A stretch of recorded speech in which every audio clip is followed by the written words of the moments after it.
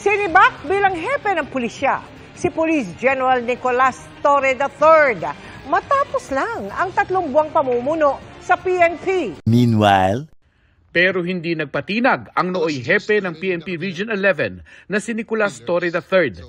At matapos ang ilang buwang manhunt, tuluyang napa sa kamay ng pulisya si Quiboloy. Pinangunahan ni Torre ang pagsisilbi ng arrest warrant mula sa International Criminal Court o ICC kay dating Pangulong Rodrigo Duterte.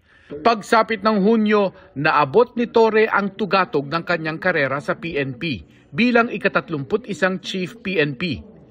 Marami siyang nilaktawang ranggo at mas senior sa kanya dahil mula 2-star general lumundag to 4-star si Torre. Inilunsad niya ang 5-minute response time ng PNP.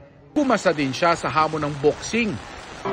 Sa sona ng Pangulo nito lang July 28, saksi ang joint session ng Congress kung gaano kagiliw ang Pangulo kay Torre.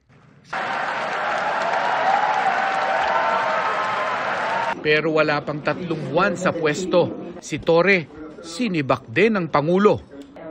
Ang dahilan, ang ipinag-utos niyang balasahan ng mataas na opisyal ng pulisya na hinarang ng NAPOLCOM. Pero hindi sinunod ni Torre ang gusto ng NAPOLCOM na merong supervisory at administrative control sa PNP.